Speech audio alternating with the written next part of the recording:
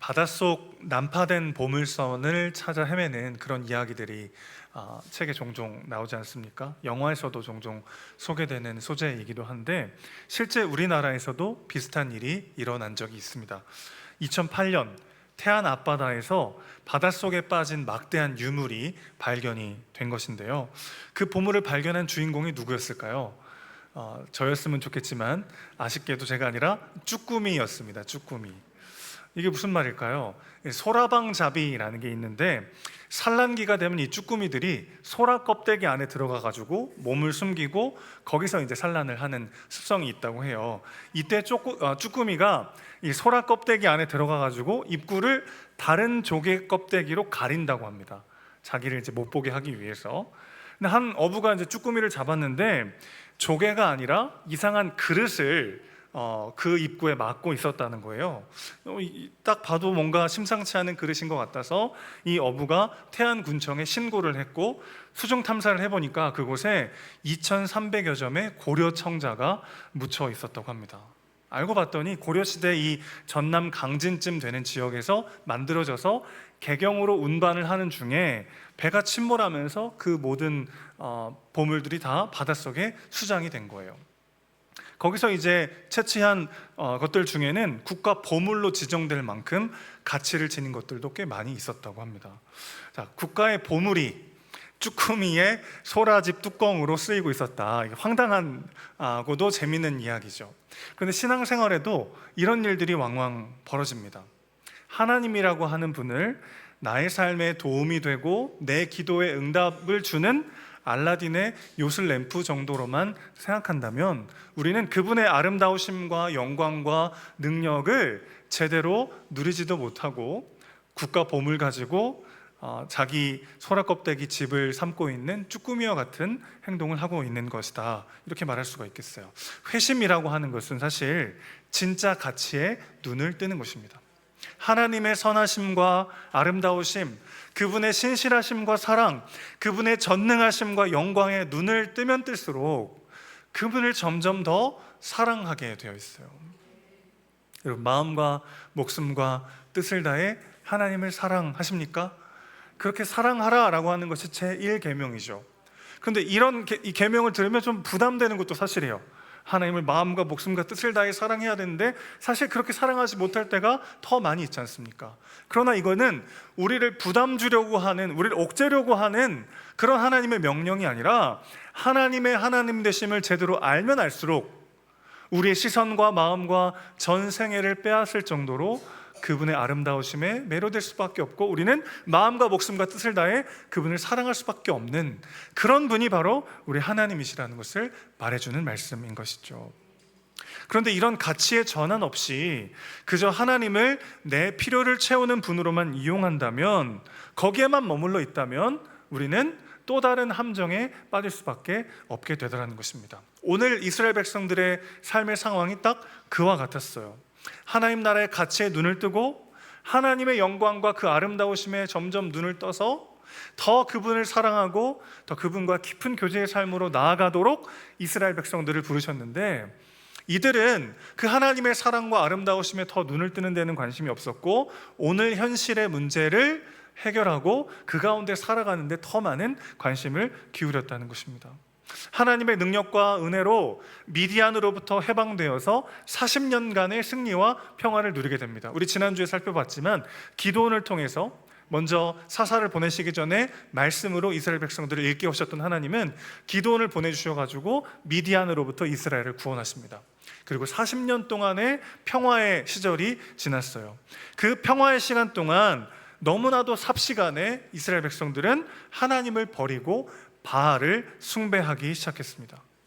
여호와 경외의 신앙은 껍데기만 남고 바알 숭배가 이스라엘을 다시 장악하게 된 것이죠. 왜 이런 일이 벌어지게 되었을까요?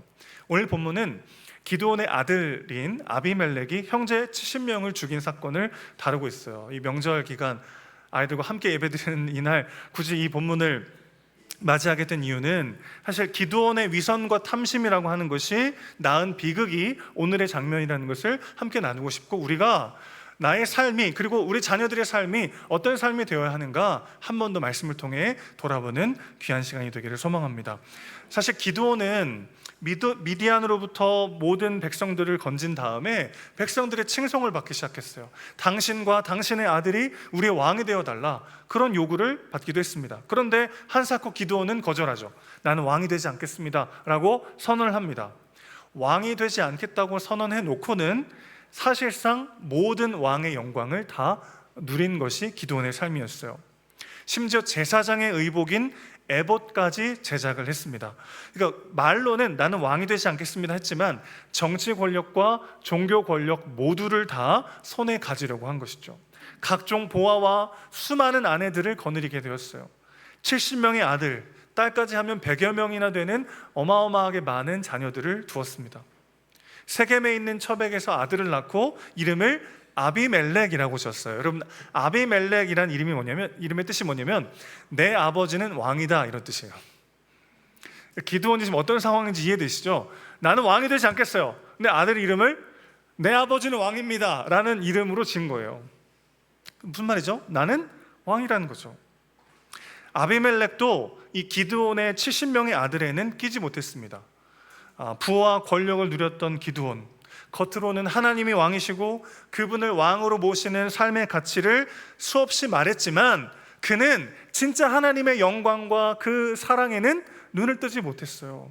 그래서 위선과 탐심에 왕에게도 금하셨던 것들을 다 가지면서 수많은 아내들을 두고 불순종하고 이방 여인들과 결혼하면서 하나님으로부터 멀리 떠나기 시작했습니다. 자, 아비멜렉의 어머니죠. 왜 첩이라고 표현이 되냐면 이스라엘 사람이 아닌 이방인은 이스라엘 사람의 정실 부인이 될 수 없었어요. 그러니까 지금 기드온이 이방 여인들하고도 지금 결혼을 하고 있는 것을 말해주고 있는 거죠. 이 여인의 가문은 세겜 지역의 유력한 이방 민족이었던 것 같습니다. 세겜이라고 하는 것은 이스라엘에게 굉장히 중요한 의미를 갖는 장소죠. 하나님이 약속의 땅에서 처음으로 단을 쌓게 하시고 예배하게 하신 것이 바로 이것이죠. 여호수아를 필두로 이스라엘 백성들이 요단강을 건너서 가나안에 들어왔을 때 여호와를 예배하기 위해서 처음으로 모였던 장소이기도 합니다. 기드온은 이런 영적 중심지에서 자신의 영향력을 최대한 확대하기 위해서 이방 민족과의 혼인 정책도 마다하지 않았던 거죠. 자, 지금 웬만한 왕보다 더 자신의 권력과 부를 위해서 막 인간적인 방법을 동원하고 있는 기드온의 모습을 우리는 보게 되는 거죠. 자, 이러한 그의 탐심이 낳은 것이 바로 아비멜렉이었다는 거예요. 그의 입술은 점점 경건해지고 그의 말은 더 하나님을 왕으로 모시며 나는 그분을 섬기겠다고 그렇게 말하지만 사실은 그의 삶은 그와는 정반대였다는 것이죠. 입술은 점점 경건해지는데 내 삶은 우리의 입의 고백대로 따라가고 있는가 돌아봐야 되는 것이죠. 경건의 모양은 점점 그럴듯해지는데 경건의 능력이 함께 자라나고 있는가 우리는 돌아봐야 되는 것이죠. 남은 속일 수 있습니다. 그리고 나 스스로도 결국 속게 돼요. 그러나 우리 자녀들은 속지 않습니다. 자녀들은 우리 말이 아니라 우리 삶을 보고 배웁니다. 아비멜렉은 기드온에게 모든 것을 다 물려받았어요. 기드온의 삶의 태도와 가치, 기드온이 드러내지 않고 물 밑에서 추구했던 세속적 욕망들을 아비멜렉은 모조리 다 물려받았습니다. 그리고 아비멜렉은 아버지보다 그것을 더 솔직하게 드러내기 시작했어요. 그는 종교적 허례허식 따위는 다 벗어버리고 자기 아버지가 추구했던 힘의 논리대로 자기가 얻고자 했던 삶의 모든 것들을 쟁취하기를 선택합니다. 아비멜렉은 기드온보다 그러니까 더 노골적이고 더 솔직하게 자기가 진짜 원하는 것이 무엇인지를 드러내면서 추구한 삶을 살았던 것이죠. 여러분, 우리가 말하고 있는 것 말고 정말 내가 삶으로 살아가면서 진짜 추구하고 있는 우리 삶의 가치는 무엇인지를 돌아봐야 하는 것이죠.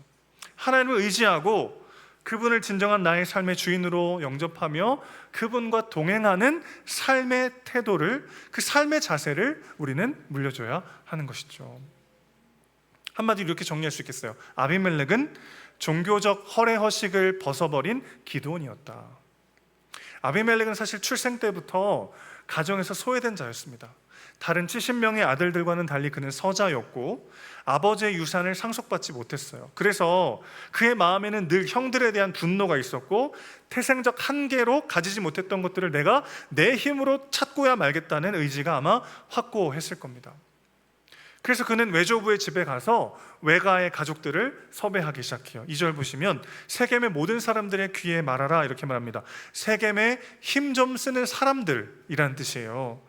내가 너희와 고륙임을 기억하라 이렇게 호소합니다. 나는 당신들의 뼈와 살이다. 이거 무슨 말이죠? 우리가 남이가 이런 말 아니에요?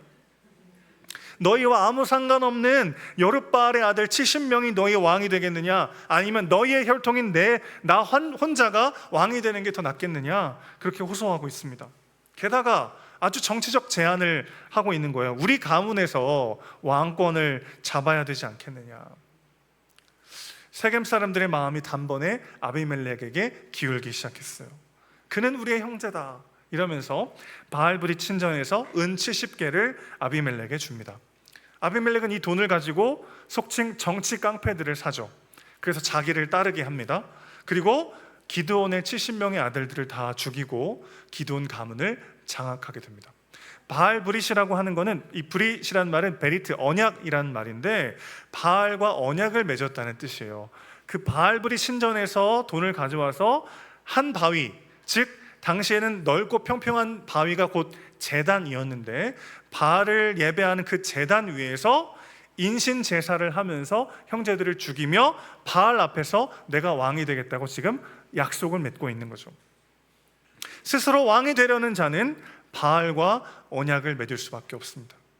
본문 1절에서 기드온은 여룻바알이라는 이름으로 소개되고 있어요. 그러니까 여룻바알이란 말과 기드온은 같은 사람이에요. 왜 여룻바알이라는 별명이 붙었냐면 여룻바알은 바알과 다투다라는 뜻을 가지고 있어요. 기드온이 자기 아버지 집의 바알 신상을 다 찍어버리면서 생긴 별명입니다. 그런데 바알이 아무 반응도 하지 못하는 무능한 신이었음을 조롱하면서 그 바알 신상을 다 찍어버렸던 기드온이지만, 눈에 보이는 신상은 찍어버렸지만 바알로 대표되는 세속적 탐심과 욕망은 찍어내지 못했어요. 그래서 그의 아들은 부친이 찍어버렸던 바알과 다시 언약을 맺기 시작했습니다. 그는 바알브리 신전에서 정치 자금을 공급받았어요. 그리고 바알의 가치와 바알의 영광을 꿈꾸며 그는 형제들을 죽이고 왕이 되려 하고 있는 것이죠. 스스로 왕이 되려 하는 자는 바알과 언약을 맺을 수밖에 없습니다. 자기 스스로의 삶의 주인 되려는 자, 내 힘으로 내 삶을 지켜야 되겠다고 생각하는 사람들은 세상의 가치와 세상의 방식에 타협할 수밖에 없는 거예요. 아비멜렉은 아버지의 적자가 되기 위해서 70명의 형제들을 다 죽여야만 했습니다. 그러기 위해서 그는 세상의 힘과 손잡을 수밖에 없게 되었어요. 적자생존의 세상에서 살아남으려면 우리도 그래야 될 것 같은 유혹을 경험할 때가 있습니다. 그러나 기억하십시오. 여러분, 우리는 아비멜렉이 아닙니다. 물론 그 말뜻은 이해되죠. 우리 아버지가 왕이다. 우리 아버지는 누구십니까? 하나님이시죠. 우리는 그 하나님의 존귀한 자녀로 여기 있습니다. 나 스스로 내 삶의 가치를 증명해야 되고 내가 더 많은 것들을 이루는 방식으로 내가 얼마나 괜찮은 사람인지를 모두에게 드러내야만 가치 있고 존귀한 자가 되는 것이 아니라 이미 왕의 자녀로 부름받아 여기 있다는 것을 기억하셔야 합니다. 내가 지금 어디에 살고 있는가? 내가 지금 무엇을 가졌는가? 내가 지금까지 무엇을 이뤘는가가 내 삶의 정체성을 규정할 수 없고, 우리가 하나님의 자녀로 여기 있다는 바로 그 사실이 오늘 우리의 삶의 가치와 의미를 결정하는 유일한 사실인 것이죠. 그리고 우리 자녀들도 마찬가지입니다. 우리 자녀들도 왕의 자녀죠. 하나님께서 존귀히 사랑하시는 왕의 자녀로 여기 있습니다. 스스로를 증명하기 위해서 남을 밟고 죽이고 올라서야만 하는 존재가 아니죠.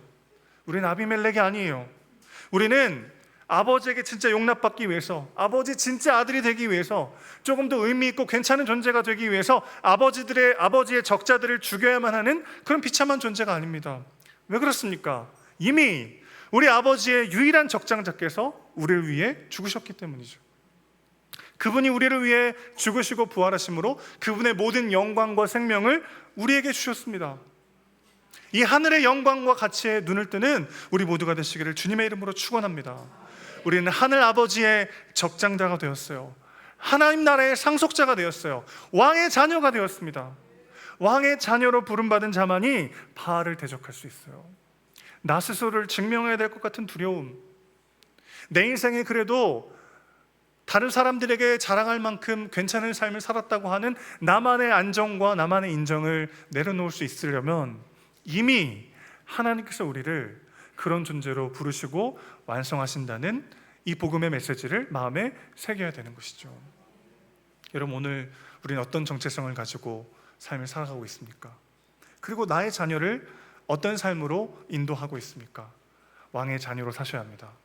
하나님께서 우리를 하나님 나라의 상속자로, 하나님 나라를 통해 이 땅 가운데 생명과 은혜를 흘려보내는 축복의 통로로 저와 여러분을 부르셨습니다. 거기에 우리의 삶의 의미가 있습니다. 그리스도께서 우리에게 주신 그 영광과 진정한 가치에 눈을 뜨고 이 땅에서 얼마를 더 갖는가, 무엇을 더 이루는가로는 도저히 가늠할 수도 없는 그 아름다움과 영광의 부르심에 순종하며 함께 주님과 함께 이 길을 걸어가는 우리 모두가 되시기를 주님의 이름으로 축원합니다.